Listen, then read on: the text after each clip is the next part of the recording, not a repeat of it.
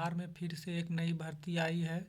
बिहार विधानसभा सचिवालय कनीय लिपिक 2024। इसी तरह के जॉब से संबंधित अपडेट के लिए चैनल को लाइव और सब्सक्राइब जरूर करें।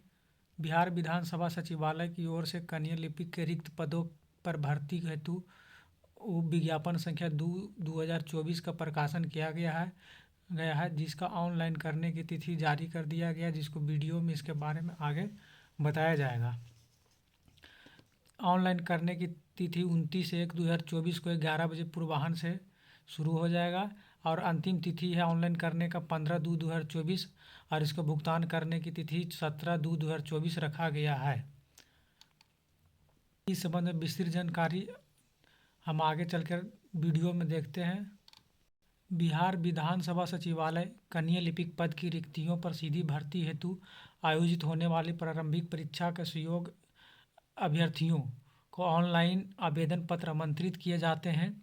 इसका वेतन स्तर 2 का है, लेवल 2 का है, जिसमें 19,900 से 63,200 प्लस नियमानुसार अन्य अनुमान भत्ते भी इसमें मिलेंगे। ऑनलाइन आवेदन करने की प्रारंभिक तिथि 29/1/2024 11 बजे से और ऑनलाइन आवेदन को भरेंगे 15/2/2024 तक। परीक्षा शुल्क का भुगतान 17/2/2024 तक करके फाइनल कर सकते हैं। उपयुक्त विज्ञापन के अंतर्गत ऑनलाइन आवेदन करने से संबंधित आवश्यक निर्देश विज्ञापन में संलग्न है। अनुमान आरक्षण बार औपबंधिक रिक्तियों के विवरण निम्न प्रकार है। अनारक्षित के लिए 2 पद है। आर्थिक रूप से कमजोर वर्ग के लिए 1, अनुसूचित जाति के लिए 5, अनुसूचित जनजाति के लिए इसमें सीट नहीं है, अत्यंत पिछड़ा वर्ग के लिए 7 और पिछड़ा वर्ग के लिए 4 है। 35% 36 आरक्षण के रूप में महिलाओं को अनुमान कुल पदों की संख्या, जिसमें अनुसूचित जाति में 2 सीट है, अनुसूचित जनजाति में 2 है और पिछड़ा वर्ग में 1 है।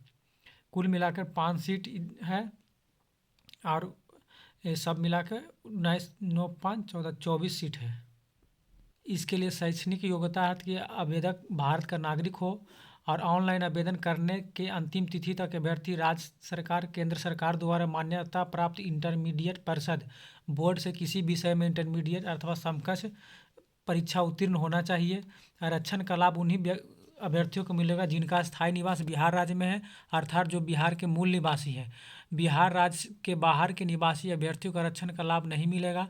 ऑनलाइन आवेदन पत्र में इंगित कॉलम को आरक्षण का दावा नहीं करने पर आरक्षण का लाभ नहीं मिलेगा। ऑनलाइन आवेदन भरा गया अस्थायी निवास भी आरक्षण प्रयोजन के लिए अनुमान है। जो लोग निवास प्रमाण पत्र इसमें संलग्न करेंगे और बिहार से संबंधित, उनको आरक्षण का लाभ मिलेगा, लेकिन दूसरे स्टेट का रहेंगे उनको आरक्षण का लाभ नहीं मिलेगा।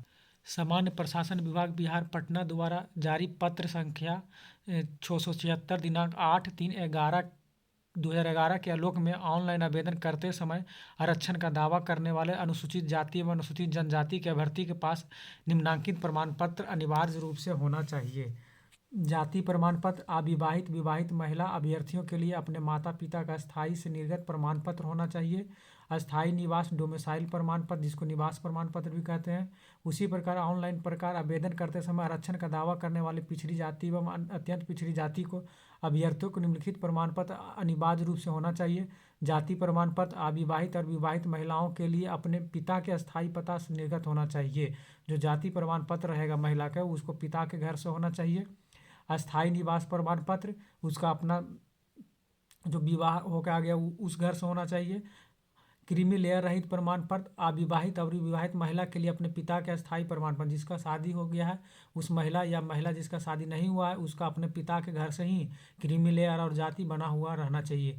पिछड़ा वर्ग एवं अत्यंत पिछड़ा वर्ग की दशा में अपने अस्थायी अधिवास अंचल से राज्य सरकार द्वारा अधिसूचित अंचलाधिकारी द्वारा निर्गत जाति प्रमाण पत्र, क्रीमी लेयर रहित प्रमाण पत्र, अनुसूचित जाति जनजाति प्रमाण पत्र, अंतराधिकार निर्गत निवास प्रमाण पत्र, जाति प्रमाण पत्र ही मान्य होगा। इसके लिए न्यूनतम आयु है जो 1/8/2023 को न्यूनतम 1/8/2023 को न्यूनतम आयु 18 वर्ष होना चाहिए और अधिकतम आयु सामान्य वर्ग के लिए है 37 वर्ष और आरक्षित मतलब जिसके पास आरक्षण है उसके लिए 40 वर्ष। पिछड़ा वर्ग अत्यंत पिछड़ा वर्ग आरक्षण श्रेणी में 40 वर्ष और अनुसूचित जाति SC ST के लिए 42 वर्ष है। इसके आगे कार्मिक एवं प्रशासनिक सुधार विभाग संप्रति सामान्य प्रशासन विभाग के संकल्प संख्या 2374 दिनांक 16/7/2007 के आलोक में सरकारी सेवकों को 3 वर्षों की निरंतर सेवा पूर्ण कर चुके हैं उच्चतर वेतनमान की सेवा संवर्ग में जाने के लिए अधिकतम आयु सीमा 5 वर्षों की छूट अनुमान होगा। सामान्य प्रशासन विभाग द्वारा ज्ञापांक 962 दिनांक 22/1/2023 के आलोक में दिव्यांगजनों को 10 वर्ष की उम्र की में छूट है। अब भूतपूर्व सैनिकों को उम्र में 3 वर्ष की छूट है। अब प्रतिरक्षा में सेवा में बिताई गई समतुल्य रियायती दी जाएगी बरसाते उनकी वास्तविक उम्र आवेदन तिथि 53 वर्ष से अधिक न होगा। 3 वर्ष का छूट भी दिया जाएगा। 53 वर्ष तक के लोग जो कि भूतपूर्व सैनिक में काम कर चुके भर सकते हैं। उपयुक्त पद के लिए 2 चरणों में परीक्षा ली जाएगी। सर्वप्रथम एक प्रारंभिक परीक्षा वस्तुनिष्ठ एवं बहुविकल्पीय OMR उत्तर पत्रक आधारित आयोजित होगी जिसमें मैट्रिक स्तर के प्रश्न पूछे जाएंगे। इसमें परीक्षा में सफल होने वाले अभ्यर्थियों को हिंदी एवं अंग्रेजी में टंकन जांच परीक्षा ली जाएगी। जो भी परीक्षा होगा प्रारंभिक के बाद इसमें टाइपिंग की परीक्षा होगा जिसमें अंग्रेजी और हिंदी दोनों टंकन में होगा। प्रारंभिक परीक्षा 100 प्रश्न के होगा। एक प्रश्न के सही करने पर 4 अंक और एक गलत करने पर प्रत्येक गलत करने पर 1 अंक कटौती की जाएगी। प्रारंभिक परीक्षा का भाषा सामान्य अध्ययन 50 अंक का होगा। सामान्य गणित एवं विज्ञान 20 अंकों की मानसिक क्षमता जिसको रीजनिंग करते हैं तार्किक विचार 30 अंक का होगा।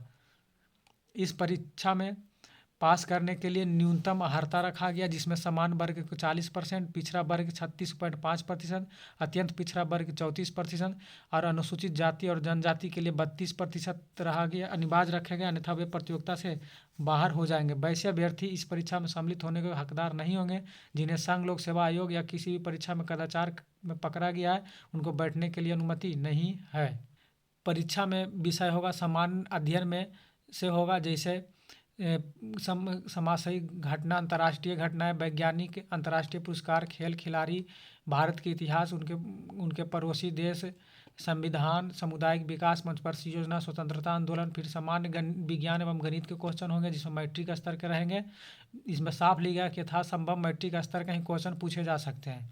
सामान्य विज्ञान में भौतिक शास्त्र, रसायन, जीव विज्ञान के होंगे। गणित में संख्या पद्धति, पूर्ण संख्याओं का अभिकलन, अनुपात एवं समानुपात, दशमलव भिन्न, लाभ हानि, ब्याज, औसत, इस प्रकार से होंगे। तार्किक रीजनिंग में जो होगा अंक गणितीय श्रृंखला को कूट लेखन, कूट व्याख्या, गणितीय तर्क, इस प्रकार से इसमें देखा जाता है। नोटिफिकेशन को भी डाउनलोड करके इसमें आप लोग देख सकते हैं कि किस प्रकार से है। टंकन के लिए जो प्रारंभिक परीक्षा होगा उसमें 10 गुना व्यक्तियों का रिजल्ट दिया जाएगा जिसमें टंकन परीक्षा का जांच लिया जाएगा। उसके बाद उसमें टंकन परीक्षा में जो है 10 मिनट का हिंदी, 10 मिनट का इंग्लिश होगा जिसमें मात्र 1.5% 1.5% ही छूट होगा जो कि गलती छूट मिलेगा। इसमें जनरल के लिए 600 और महिला वर्ग के लिए 150 रुपया शुल्क भरने में ऑनलाइन करने में लगेगा जिसमें बैंक चार्ज अलग से है। एक बार ध्यान से देख लें कि ऑनलाइन 29/1/2024 के 11 बजे से शुरू होगा और 15/2/2024 तक चलेगा ऑनलाइन की प्रक्रिया। परीक्षा का शुल्क भुगतान 17/1/2024 तक करेंगे। दिया कि इस विज्ञापन की सूचनाएं जो सचिवालय की वेबसाइट www.vidhansabha.bih.nic.in पर प्रकाशित की जाएगी। समाचार पत्रों को अलग से किसी भी प्रकार का प्रकाशन नहीं किया जाएगा। इस विज्ञान से संबंधित ऑनलाइन आवेदन करने से विस्तृत दिशा निर्देश जो है सचिवालय की वेबसाइट पर उपलब्ध है। इस विज्ञापन हेतु निर्धारित ऑनलाइन आवेदन अलग से मुद्रित, अंकित या हस्तलिखित आवेदन स्वीकार नहीं किए जाएंगे। सभी कुछ इसमें ऑनलाइन होगा। अब इसमें फिर भर देने के बाद शुल्क भी वापस किसी भी स्थिति में नहीं किया जाएगा। बहुत लंबा हो गया इसलिए इसको समाप्त करते हैं और अधिक से अधिक फॉर्म भरें और मेहनत करके आगे